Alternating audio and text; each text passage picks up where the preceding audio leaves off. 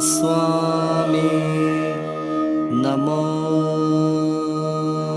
नमः।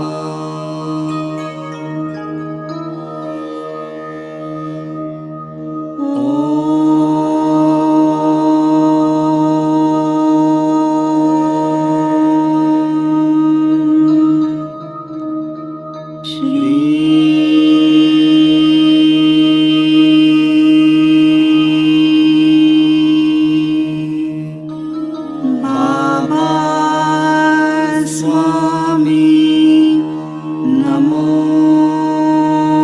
नमः।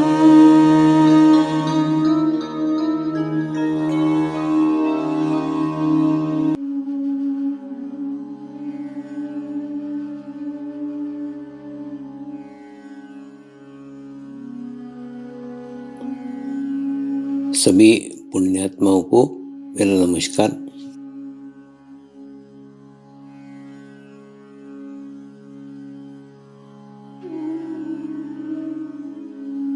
गुरुर्ब्रह्मा गुरुर्विष्णु गुरुर्देवो महेश्वरा गुरु साक्षात परब्रह्म तस्मै श्री गुरुवे नमः।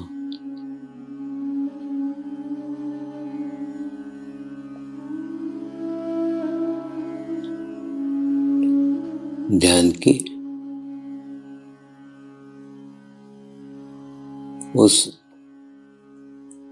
स्थिति में जाएंगे जहाँ शरीर भाव पूर्णतः समाप्त हो जाता है।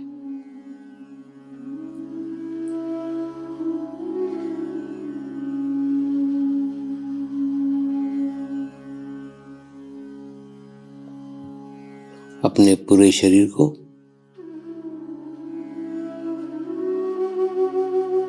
पूर्णतः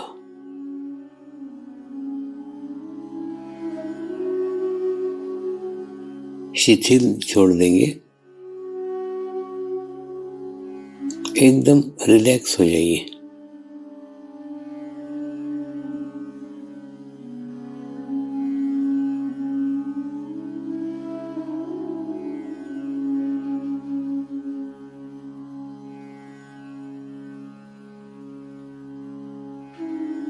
मेरे साथ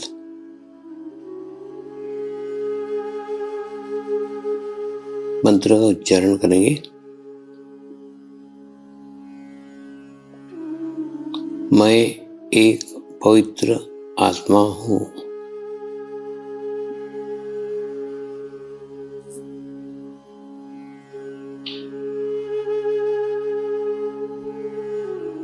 मैं एक शुद्ध आत्मा हूँ।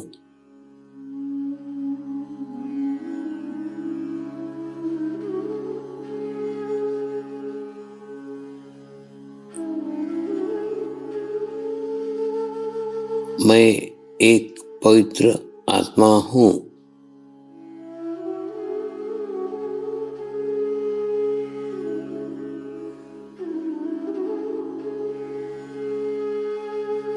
मैं एक शुद्ध आत्मा हूँ।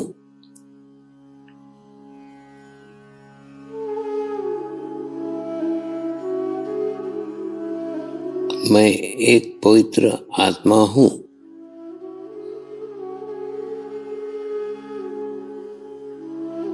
मैं एक शुद्ध आत्मा हूँ।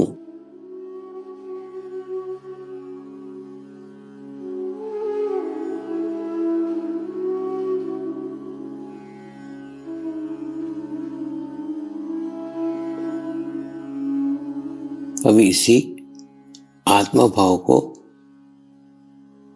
बनाए रखते हुए गुरु मंत्र का उच्चारण करेंगे।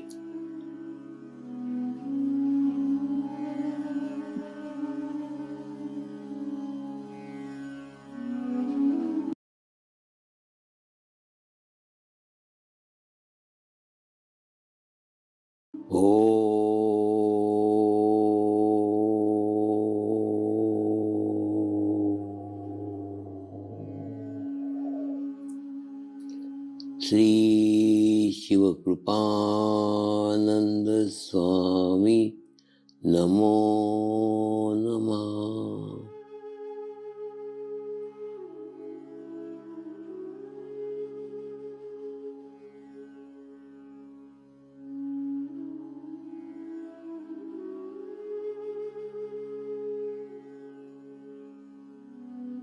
ओम श्री शिवकृपानंद स्वामी नमो नमः।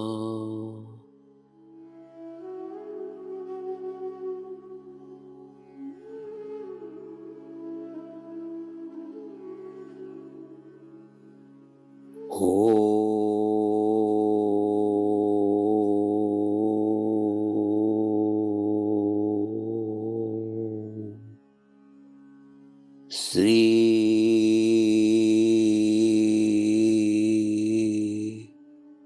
शिवकृपानंद स्वामी नमो नमः।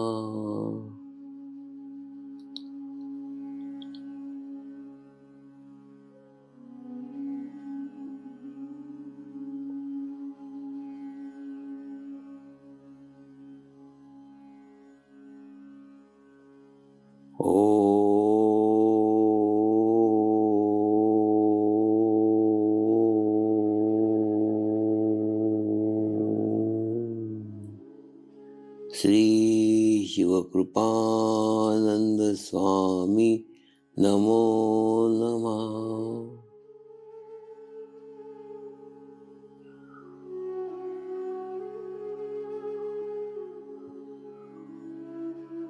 ओम श्री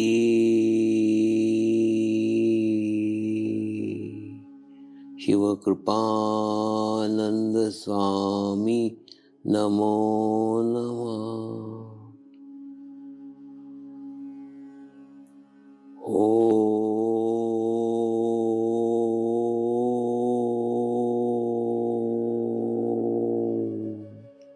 श्री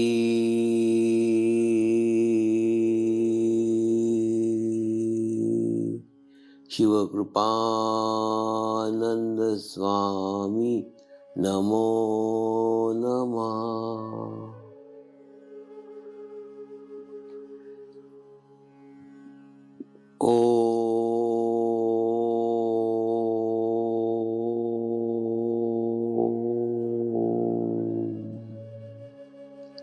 श्री शिवकृपानंद स्वामी नमो नमः।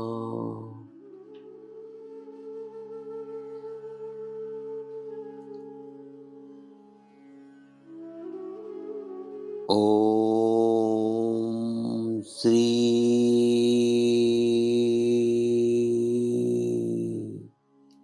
शिवकृपानंद स्वामी नमो नमः।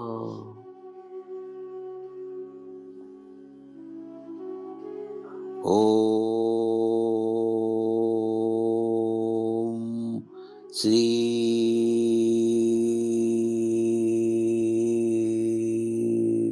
शिवकृपानंद स्वामी नमो नमः।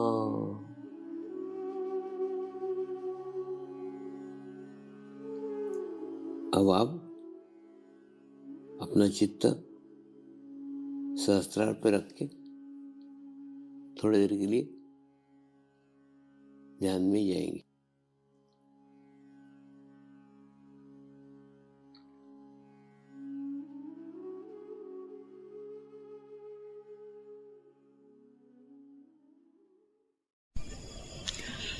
आए हुए सभी पुण्य आत्माओं को मेरा नमस्कार।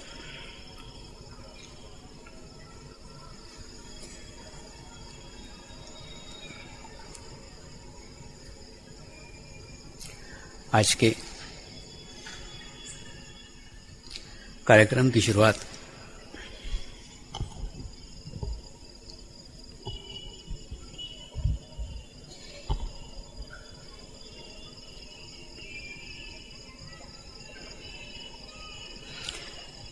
विजयनगर के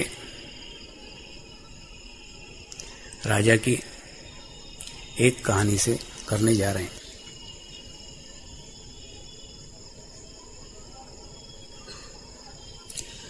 दक्षिण भारत में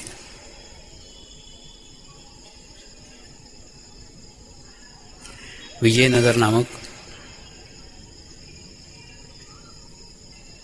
एक राज्य था।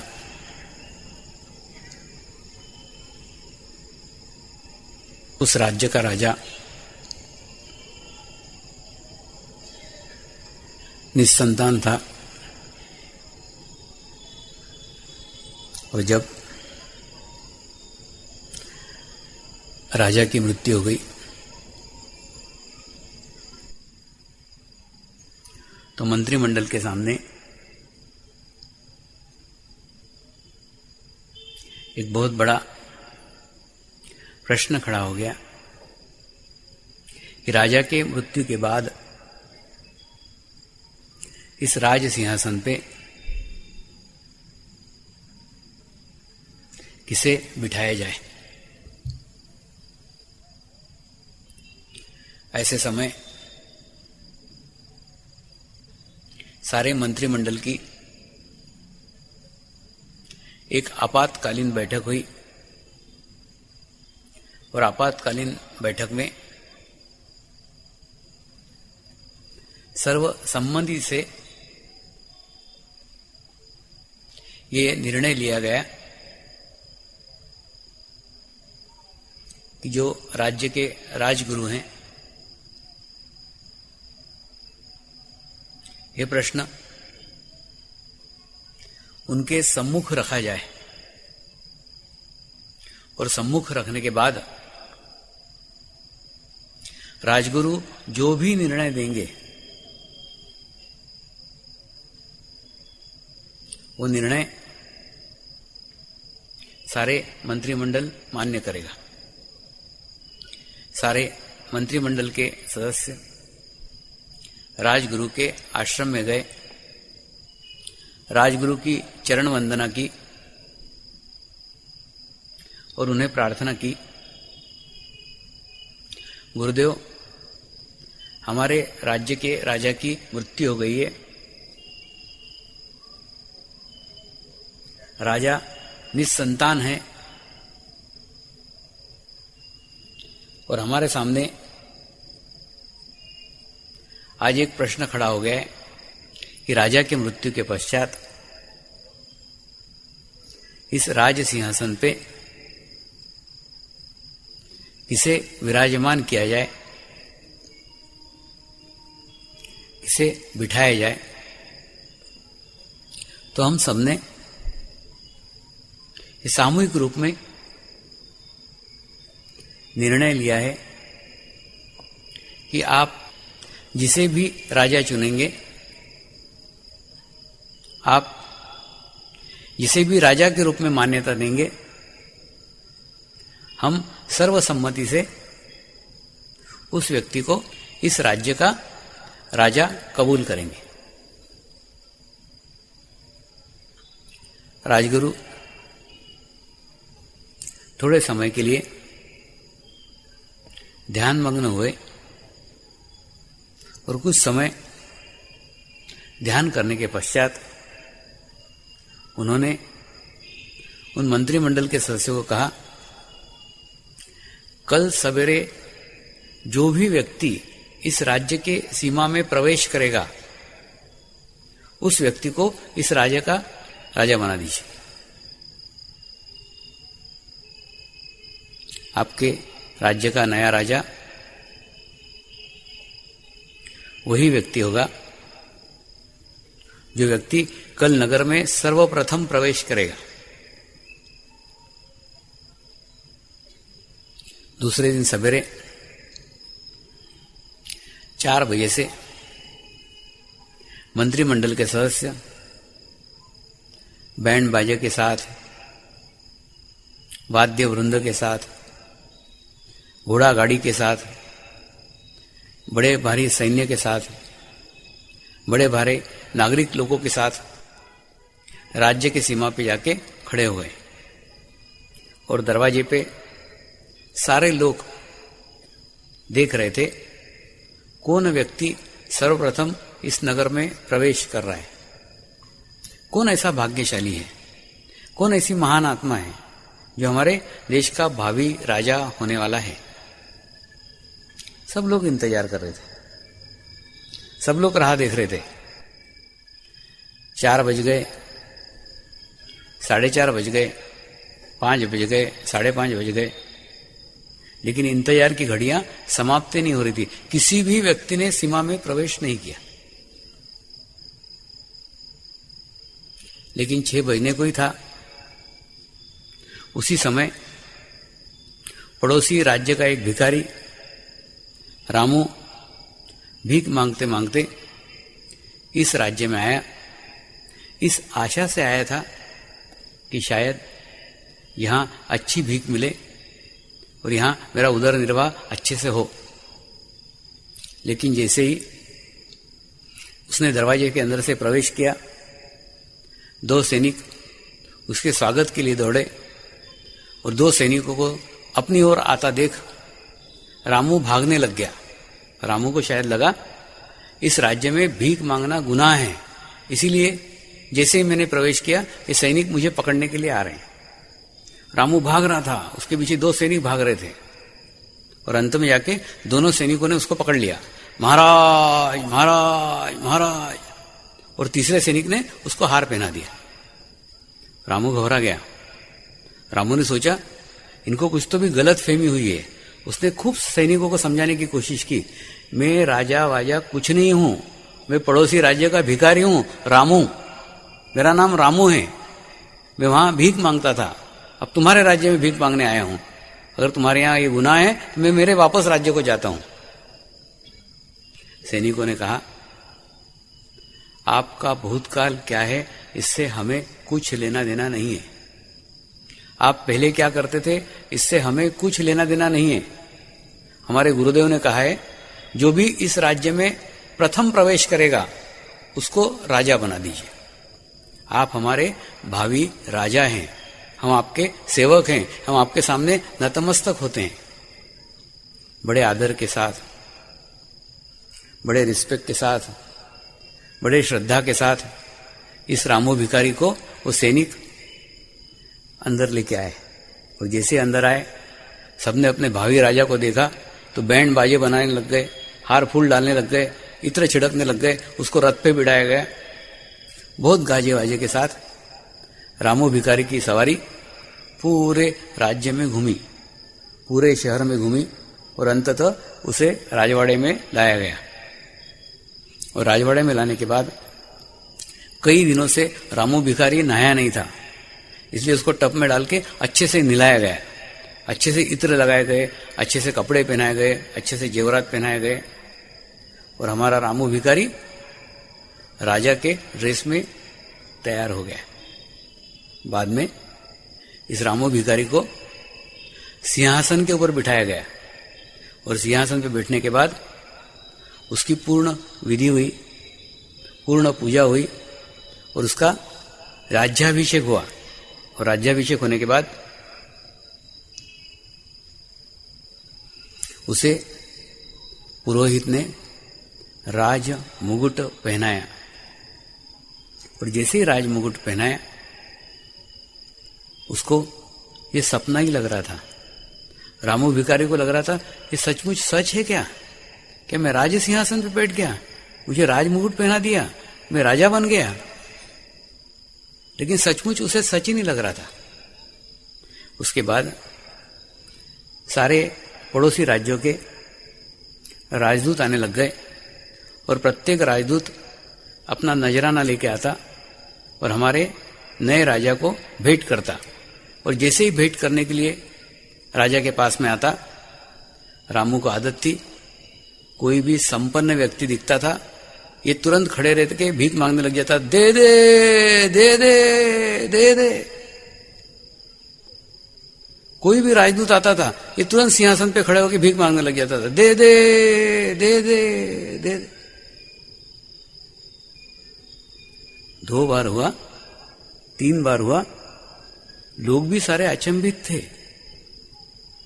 ये भिखारी राजा बन गया है, लेकिन इसकी आदतें नहीं सुधरी, अभी भी ये भीख मांग रहा है। और रामू भिखारी को भी अपने ऊपर ही बहुत ग्लानि हुई, अपने ऊपर ही बहुत शर्म आई कि परमेश्वर की कृपा में मैं भिखारी से राजा बन गया, लेकिन राजा बनने के बाद भी मेरी आदतें नहीं सुधरी। आज भी मैं अपने आप को भिखारी समझ रहा हूं, आज भी कोई आता है उसके सामने भीख ही मांग रहा हूं। ये भीख मांगने की आदत मुझे राजा नहीं रहने देगी। राजा के सिंहासन पर बैठ के इस प्रकार के भीख मांग के इस राज्य के राजा का अपमान नहीं करना चाहता। रोने लग गया, रोते रोते राजमहल में चला गया। 2 दिन हो गए, 3 दिन हो गए, बाहर नहीं निकला और सोचने लगा इसमें से क्या मार्ग है, इसमें से क्या रास्ता है। मैं तो कभी भी अपने आप को राजा नहीं समझ सकता, मैं सालों तक भीख मांगते रहा हूं, मेरी आदत भीख मांगने की हो गई है, मैं कभी नहीं सुधर सकता। इससे अच्छा है उस राजगुरु के शरण में जाया जाए जिस राजगुरु के कहने के कारण मुझे भिखारी से राजा बनाया गया है। तो वो अपना रथ लेके राजगुरु के आश्रम में गया, राजगुरु की चरण वंदना की और उन्हें नमस्कार करके प्रार्थना की, गुरुदेव मैं पड़ोसी राज्य का भिखारी हूं, रामू वहां सालों से भीख मांग रहा था, आज भीख मांगते मांगते आपके राज्य में प्रवेश कर गया और आपके आज्ञा अनुसार यहाँ के लोगों ने मुझे पकड़ करके राजा बना दिया। ये राजमुकुट आज आपके चरणों पे रख रहा हूं, ये पूर्ण राज्य आपके चरणों पे रख रहा हूं, मैं इसके लायक ही नहीं हूं, मैं भिखमंगा हूं, मैं भिखारी हूं, मैं कभी नहीं भूल सकता कि मैं भिखारी हूं, मैं राजा का राज्य चलाने के लायक ही नहीं हूं। गुरुदेव ने उसे समझाया मैंने कुछ नहीं किया है, तू भिखारी से राजा बना है, तेरे ही कर्मों के कारण बना है, तूने ही तेरे कर्मों के भोग भिखारी के रूप में भोगे। अब वो बुरे कर्म खत्म होने के बाद में अब अच्छे कर्मों की शुरुआत हो रही है, इसलिए तू भिखारी से राजा बन गया है, मैंने कुछ नहीं किया, तू ही तेरे कर्मों के कारण हुआ है, तूने तेरे बुरे कर्मों भोगे, अब तू तेरे अच्छे कर्मों भोग रहा है, तो मेरा तो कोई रोल ही नहीं है, मैंने कुछ भी नहीं किया है, सारा कुछ खेल तेरे कर्मों का है, तेरे ही कर्मों के कारण तू राजा बना है। रही बात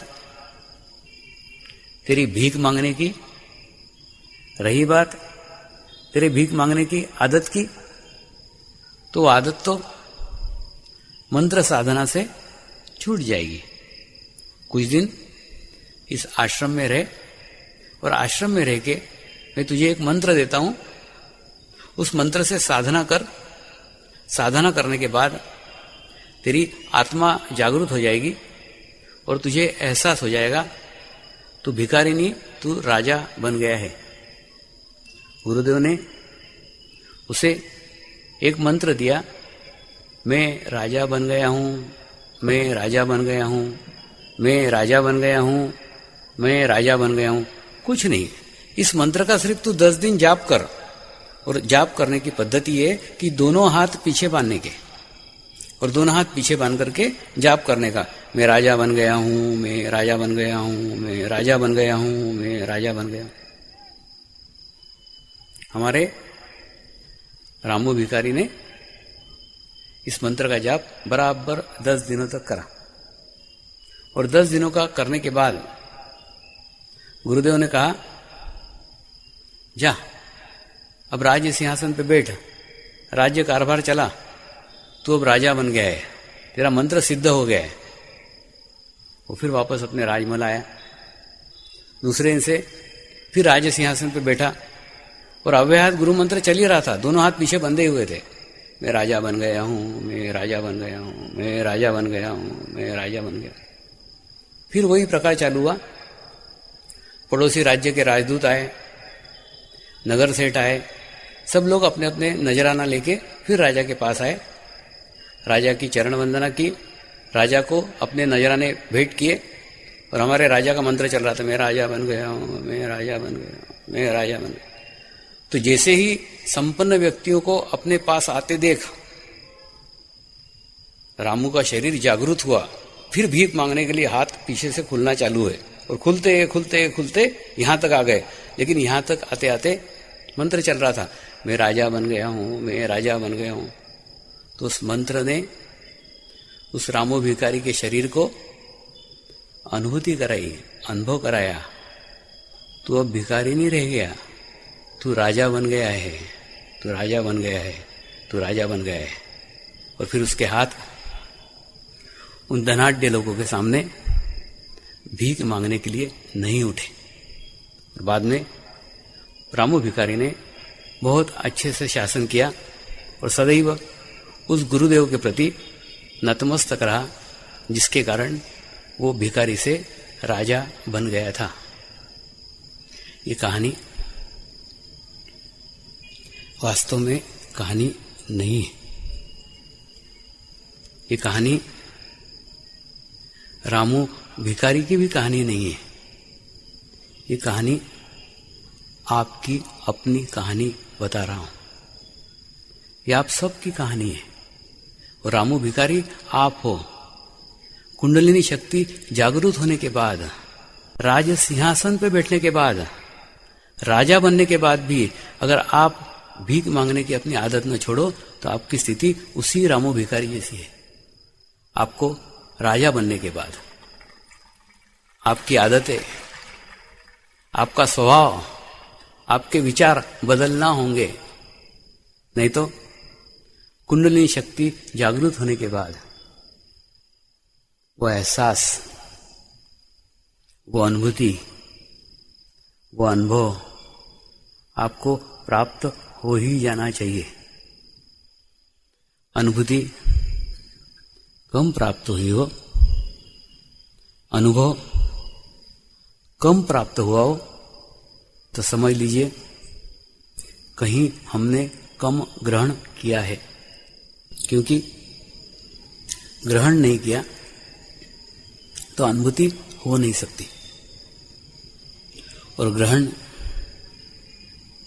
तब तक नहीं किया जा सकता जब तक अपने जीवन का भूतकाल का कचरा, भूतकाल की यादें, भूतकाल के व्यक्ति जब तक आप खाली न कर दो, जब तक चित्त में ये सब गंदगी भरी हुई है, तब तक आगे का रास्ता, आगे का मार्ग कभी नहीं खुल सकता। इसलिए अनुभूति के लिए आवश्यक है ग्रहण करना, और ग्रहण करने के लिए आवश्यक है निखालस होना, खाली होना। ये उम्र भर में जितना कचरा इकट्ठा किया है वो सब छोड़ के फिर वही नन्हे से पवित्र अबोध बालक बन जाओ। बालक बन जाने के बाद में ही सारा कचरा निकल जाएगा, सारा मन का मेल निकल जाएगा, सारे चित्त के दोष निकल जाएंगे।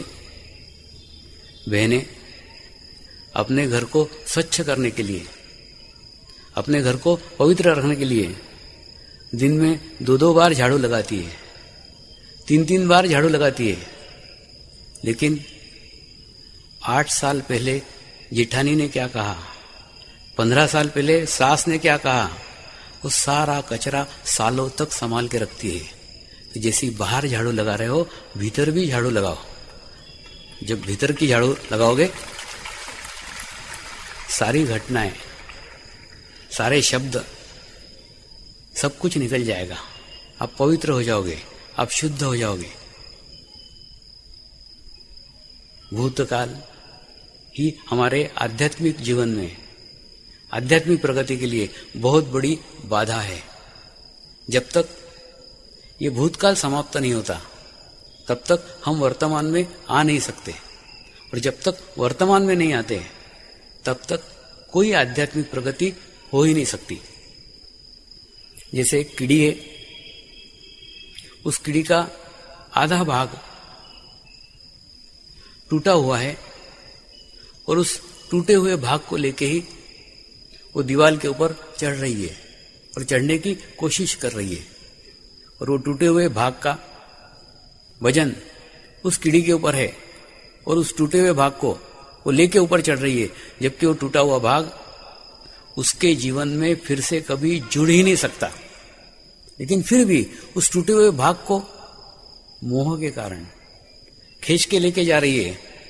लेकिन जिस दिन उसको आत्मज्ञान प्राप्त हो जाता है तो महसूस करती है ये टूटा हुए भाग का वजन क्यों मैं ढोते फिर रही हूं, क्यों ना उसे निकाल के फेंकूं। और वो निकाल के फेंकती है और उसका ही रास्ता आसान हो जाता है, उसका ही रास्ता साफ हो जाता है, उसका ही चलना आसान हो जाता है। आपको भी उस कीड़ी के समान आपके पास्ट लाइफ को, आपके भूतकाल को, आपके भूतकाल की घटनाओं को, आपके भूतकाल के व्यक्तियों को निकाल फेंकना होगा। आपके आध्यात्मिक प्रगति में, आपके चित्त के शुद्धि में यही सब बाधक है। कई बार लोगों को प्रश्न पड़ता है, ये सब आध्यात्मिक प्रगति के लिए, आध्यात्मिक प्रोग्रेस के लिए जीवंत गुरु की क्या आवश्यकता है। आपको आध्यात्म की बात समझ में नहीं आए, मैं आपको व्यवहारिक बात से समझाता हूं।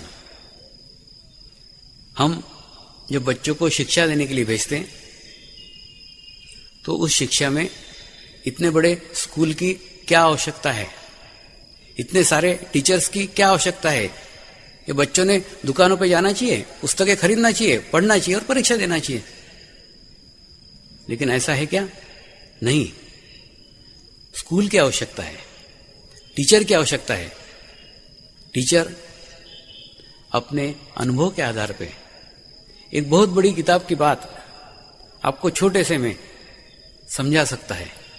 ठीक इसी प्रकार से, जिस प्रकार से व्यवहारिक शिक्षा ग्रहण करने के लिए गुरु की आवश्यकता है, गुरुकुल की आवश्यकता है, स्कूल की आवश्यकता है, ठीक इसी प्रकार से आध्यात्मिक जीवन में भी प्रगति करने के लिए किसी जीवंत गुरु की आवश्यकता है। क्योंकि पुस्तकें, मालाएं, कर्मकांड आपको अनुभूति नहीं करा सकती है और अनुभूति प्राप्त किए बिना भीतर की यात्रा कभी शुरू हो ही नहीं सकती। इसलिए आपको भीतर की यात्रा शुरू करने के लिए आज से ही शुरुआत करना होगी। आप सोचोगे आपके जीवन के प्रॉब्लम दूर हो जाए, आपके जीवन की समस्याएं दूर हो जाए, तो वो दिन कभी भी आने वाला नहीं है।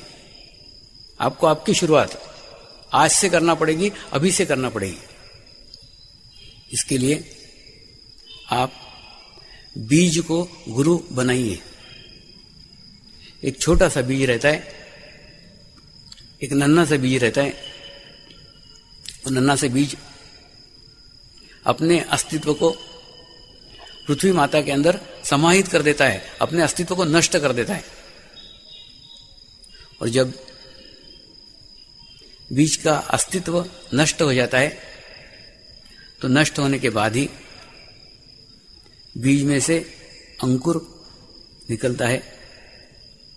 अंकुर पल्लवित होता है, छोटा सा पौधा बनता है और पौधे से धीरे धीरे वो रास्ता बनाता है, मार्ग बनाता है। उस अंकुर के ऊपर कभी एक आधा पत्थर पड़ा हो, कभी 2 पत्थर पड़े हो, कभी 3 पत्थर पड़े हो। अपनी छोटी सी ऊर्जा शक्ति का उपयोग वो उन पत्थरों से झगड़ने के लिए नहीं करता, उन पत्थरों से लड़ने के लिए नहीं करता। वो क्या करता है?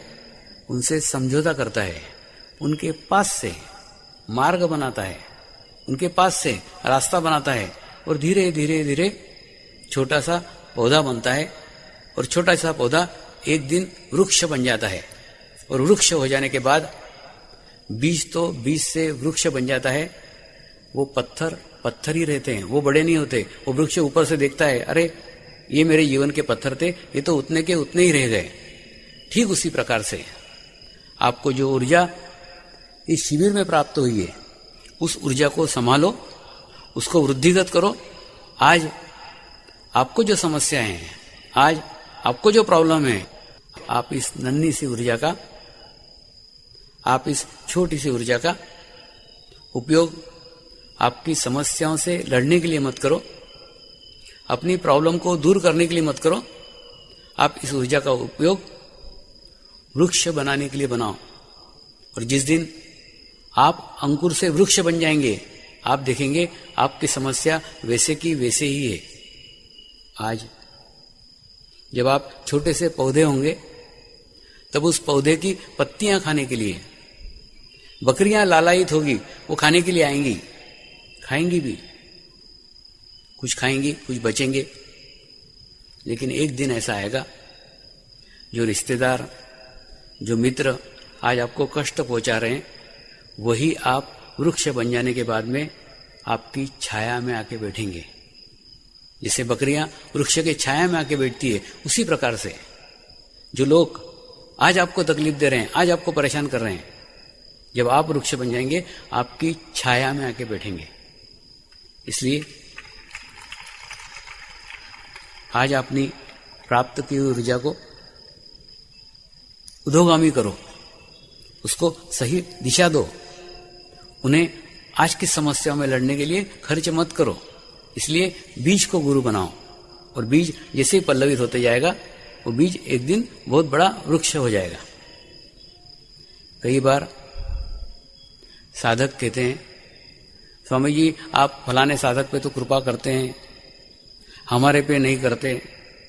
ऐसे एक अतृप्ति का भाव, ऐसा एक शिकायत भरा लहजा कई साधकों का रहता है।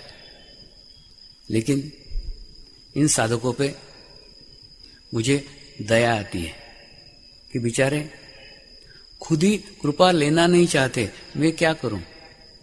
ये तो वैसे ही हो गया ना, किसी से आप बोलो कि पड़ोसी के घर में तो उजाला है, पड़ोसी के घर में तो सूरज घर तक पहुंच रहा है, कितना प्रकाश है, मेरे घर में तो अंधेरा है, मेरे घर में तो प्रकाश भी नहीं आ रहा है, मेरे घर में तो सूरज का प्रकाश ही नहीं आ रहा है। तेरे घर में सूरज का प्रकाश इसलिए नहीं आ रहा है, तूने तेरी खिड़कियां और तूने तेरे दरवाजे बंद करके रखे हुए हैं।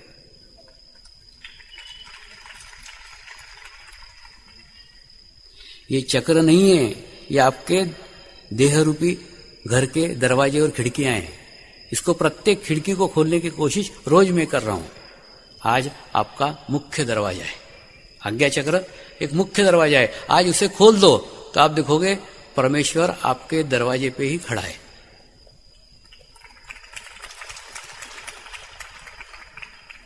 आवश्यकता है द्वार को खोलने की, आवश्यकता है खिड़कियों को खोलने की, आवश्यकता है अपने दरवाजों को खोलने की। आप दरवाजा खोलोगे, सूरज का प्रकाश आपके दरवाजे पे ऊपर ही है। लेकिन हम ही हमारी खिड़कियां बंद करके बैठे हैं, हम ही हमारे दरवाजे बंद करके बैठे हैं और शिकायत करते हैं हमारे घर में अंधेरा है, पड़ोसी के घर में उजाला है। इसलिए आवश्यक है अपने भीतर के पट खोलो और ये मुख्य दरवाजा खोलो। आज्ञा चक्र मुख्य दरवाजा है। जब तक खोलोगे नहीं, तब आगे की प्रगति, आगे का प्रोग्रेस कुछ नहीं हो सकता। गुरु का कार्य सिर्फ जोड़ना है परमेश्वर की शक्ति के साथ, परमात्मा की शक्ति के साथ। गुरु सिर्फ कनेक्शन करके देख सकता है, लेकिन आगे का रास्ता, आगे का मार्ग आपको ही आपका तय करने का है। देखिए, जैसे एक सुंदर पहाड़ी के ऊपर आपने एक बहुत सुंदर बंगला बनाया है और बंगले के अंदर सारे इलेक्ट्रिक के इंस्ट्रूमेंट हैं, टेप रिकॉर्ड है, ट्रांजिस्टर है, फ्रीज है, टीवी है, सब है। लेकिन आपके बंगले का कनेक्शन पावर हाउस के साथ ही नहीं है, तो आपके घर में बिजली नहीं है और आपके सारे इलेक्ट्रिक के इंस्ट्रूमेंट बेकार हैं। फिर आप कंप्लेंट करते हो। दूर 1 किलोमीटर दूर एक झोपड़ी है, उस झोपड़ी में लाइट जल रहा है और मैं पावर हाउस के करीब रहता हूं, मैं पावर हाउस के पास रहता हूं, फिर भी मेरे घर में अंधेरा है। अरे बाबा, तेरे घर में इसलिए अंधेरा है कि तेरा कनेक्शन पावर हाउस से नहीं है। उस झोपड़ी में इसलिए उजाला है कि उस झोपड़ी का कनेक्शन उस पावर हाउस के साथ है। फिर आप क्या करते हो? आप भी इच्छा करते हो आपके घर में उजाला हो, आपके घर में बिजली का कनेक्शन आए, तो आप पावर हाउस में एक एप्लीकेशन लगाते हो, और एप्लीकेशन लगाने के बाद आपके घर पावर हाउस से एक इलेक्ट्रिशियन आता है। वो इलेक्ट्रिशियन आपके घर का कनेक्शन उस पावर हाउस के साथ कर देता है और फिर वो चला जाता है। और कनेक्शन करने के बाद आपका रोल है, आप चाहें आपके घर में नाइट लैम्प जलाएं, आप चाहें आपके घर में 15 का बल्ब जलाएं, आप चाहें आपके घर में 60 का बल्ब जलाएं, आप चाहें आपके घर में 100 का बल्ब जलाएं, आप चाहे आपके घर में फ्लड लाइट जलाएं। आपकी इच्छा है, आप जितना उजाला करना चाहते हो कर सकते हो, कोई पाबंदी नहीं है। लेकिन अगर आप इच्छा करो कि इलेक्ट्रिशियन आके मेरे घर के बटन दबा के जाए, तो दुनिया में कोई इलेक्ट्रिशियन आके किसी घर के बटन नहीं दबाता, आपके बटन आपको ही दबाना होंगे। ठीक इसी प्रकार से आपकी आत्मा जब बार बार गिड़गिड़ाती है,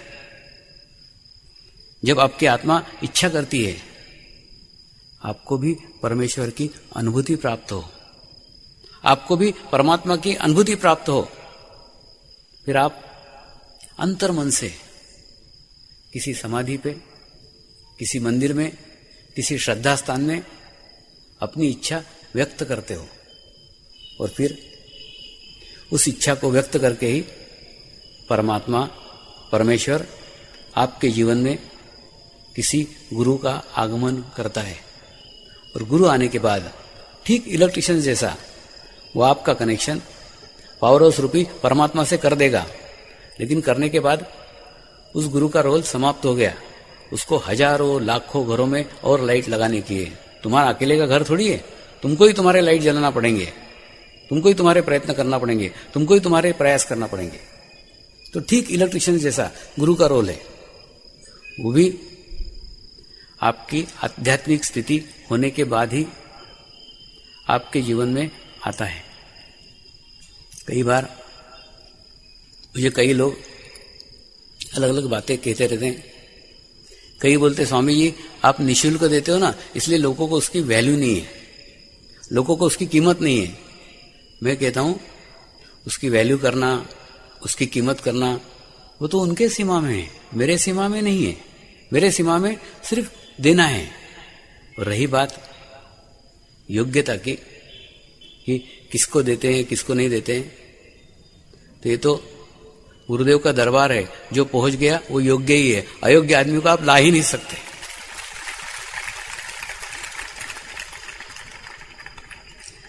यहां तक पहुंचने के लिए भी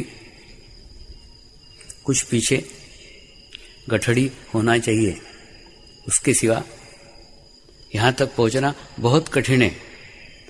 आप आसानी से पहुंच गए, इसका मतलब ये नहीं कि सब आसानी से पहुंच ही सकते हैं। यहां पहुंचना अत्यंत कठिन है। एक आपकी वो मां है जिस मां ने आपके देह को जन्म दिया है। एक मैं आपकी वो मां हूं जिसने आपके आत्मा को जन्म दिया है। इसलिए गुरु को गुरु माऊली कहते हैं। अब गुरु के अंदर भी जब तक स्त्री शक्ति जागृत नहीं होती, गुरु के अंदर भी जब तक ममत्व का भाव जागृत नहीं होता, तब तक वो किसी आत्मा की जागृति उसके माध्यम से हो ही नहीं सकती। अर्धनारी नटेश्वर कल्पना नहीं है। दोनों शिव और शक्ति जब भीतर जागृत हो जाते हैं, तभी कोई गुरु अपने पूर्णत्व को प्राप्त कर सकता है।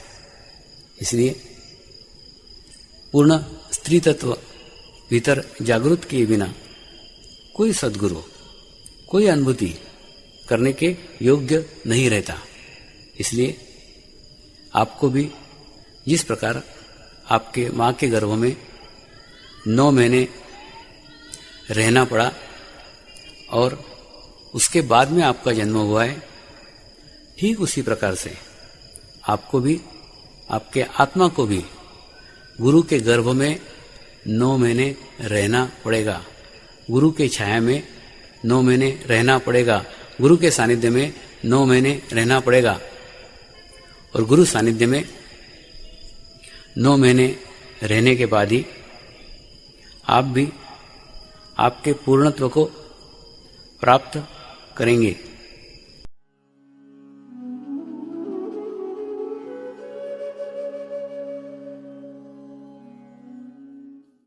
अब हम प्रार्थना करेंगे सभी आत्माओं की आत्म उन्नति हो, आध्यात्मिक प्रगति हो। यही हमारी प्रभु से प्रार्थना है। नमस्कार। जय आत्मेश्वर।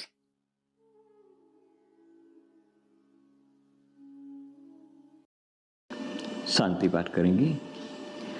ओम द्योः शांति अंतरिक्षगम शांति पृथ्वी शांति रापः शांतिरौषधयः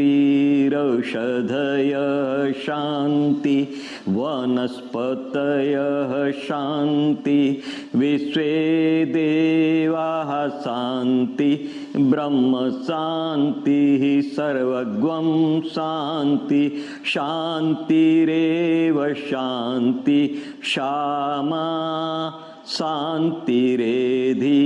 ओम शांति शांति शांति सर्वारिष्ट सुशांतिर्भवतु।